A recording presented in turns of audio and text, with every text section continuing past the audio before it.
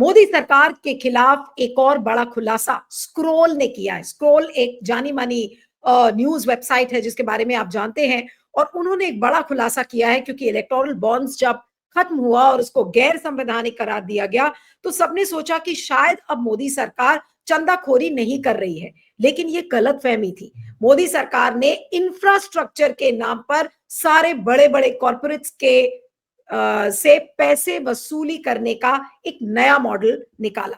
अब ये मॉडल क्या है इसको मैं आपको जरा इत्मीनान से बताती हूँ, और मैं रिक्वेस्ट करूंगी उसको स्क्रीनशॉट उस स्क्रॉल की स्टोरी का दिखाएं, क्योंकि उस स्टोरी में ये बताया गया है। ये देखिए, how Tata group became BJP's biggest donor weeks after Modi cabinet cleared its semiconductor units। यानी कि सेमीकंडक्टर यूनिट के प्लांट्स को आप क्लियर करिए और उसके बदले में बीजेपी के जेब में करोड़ों रुपए डालिए। जी हाँ, ये खबर ये है, मैं इसको डिटेल में बताऊंगी। टाटा समूह को सेमीकंडक्टर प्रोजेक्ट के लिए 44,000 करोड़ की सब्सिडी मिली और ठीक 4 हफ्ते बाद बीजेपी के खाते में 758 करोड़, जी हाँ 758 करोड़ रुपए पहुंच गए। स्क्रोल ने ये रिपोर्ट दी है और रिपोर्ट के अनुसार सेमीकंडक्टर प्लांट की मंजूरी के नाम पर सरकारी खजाना खुला और चुनाव से पहले टाटा समूह बीजेपी का सबसे बड़ा दानदाता बन गया। पर क्या ये महज संयोग है या सब्सिडी के बदले चंदा देने का उदाहरण है? ये सवाल सबके मन में आ रहा है। अब इसकी शुरुआत कहां से हुई? इसकी शुरुआत पिछले साल तब हुई जब 29 जनवरी 2024 को प्रधानमंत्री नरेंद्र मोदी की अध्यक्षता में केंद्रीय मंत्रिमंडल के 3 सेमीकंडक्टर यूनिट्स को मंजूरी दी थी।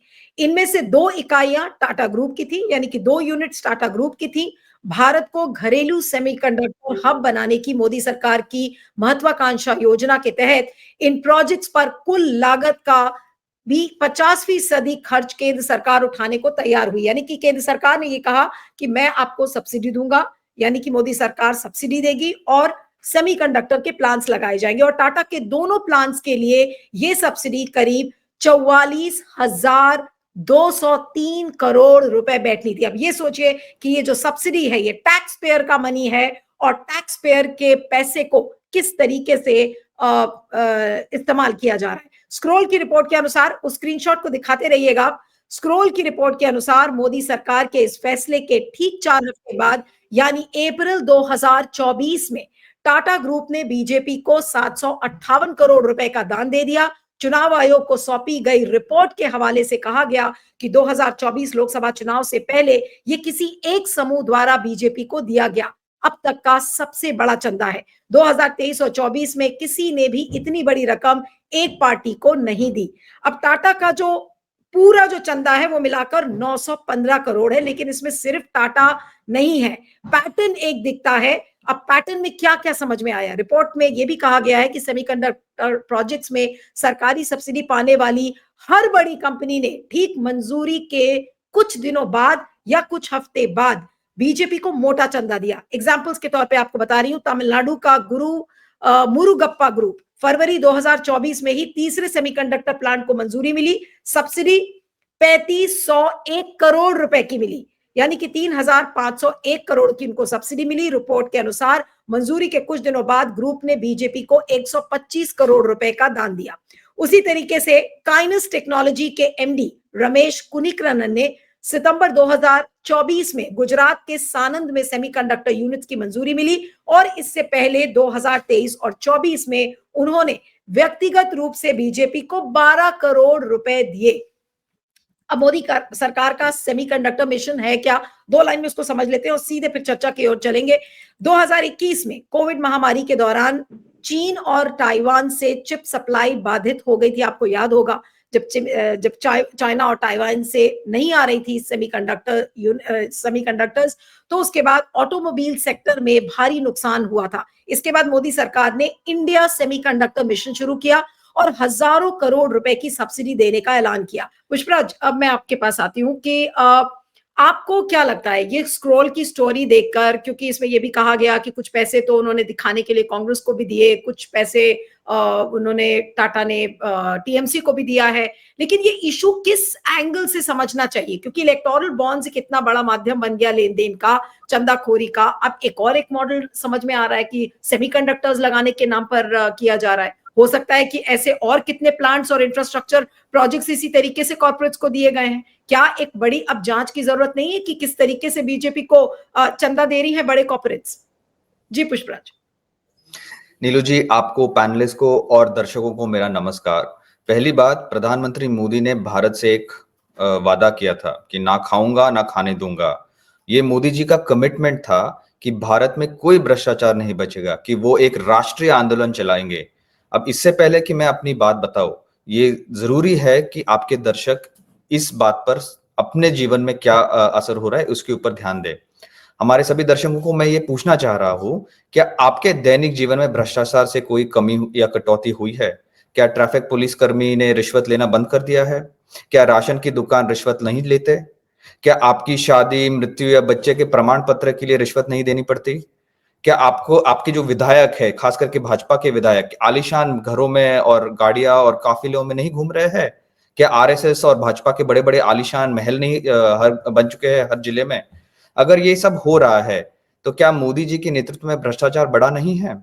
दूसरी बात, जब हमारे दर्शक इस बात पर सोच रहे हैं, गौर कर रहे हैं, आपको यह भी बता दूं कि मोदी जी के अमृत काल में भ्रष्टाचार दिल्ली में भी खूब फला फला है।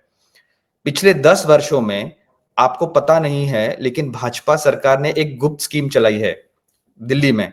उस स्कीम का नाम है प्रधानमंत्री कैश फॉर प्रोजेक्ट्स योजना।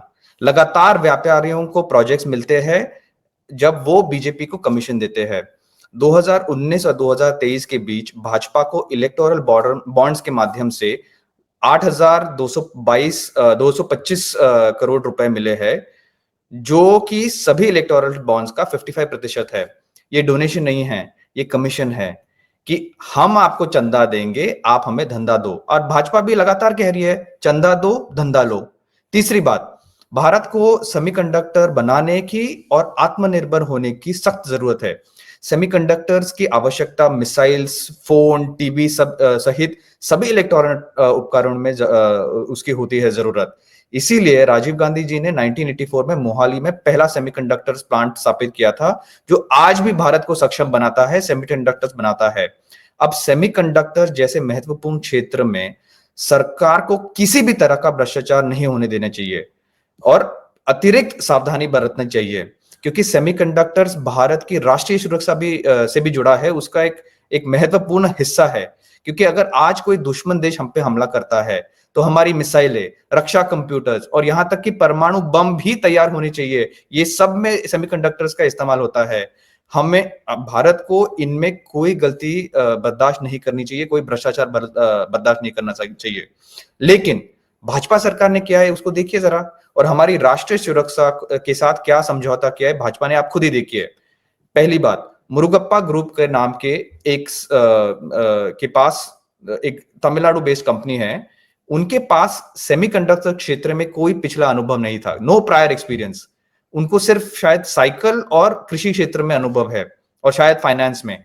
अचानक इस कंपनी ने भाजपा को 125 करोड़ रुपए दे दिए और चंदा दिया और प्रोजेक्ट मिल गया सेमीकंडक्टर्स का। वो भी ऐसा क्यों हुआ है, जरा आप ही सोचिए। इसी तरह टाटा ग्रुप ने भाजपा को 750 करोड़ रुपए का चंदा दिया और भाजपा ने सिर्फ सेमीकंडक्टर प्रोजेक्ट धंधे के नाम पे नहीं दिया, बल्कि 40,000 से ज्यादा करोड़ की सब्सिडी भी दी। ये हमारे पैसे जेब से निकल रहा है, टैक्स पेयर से।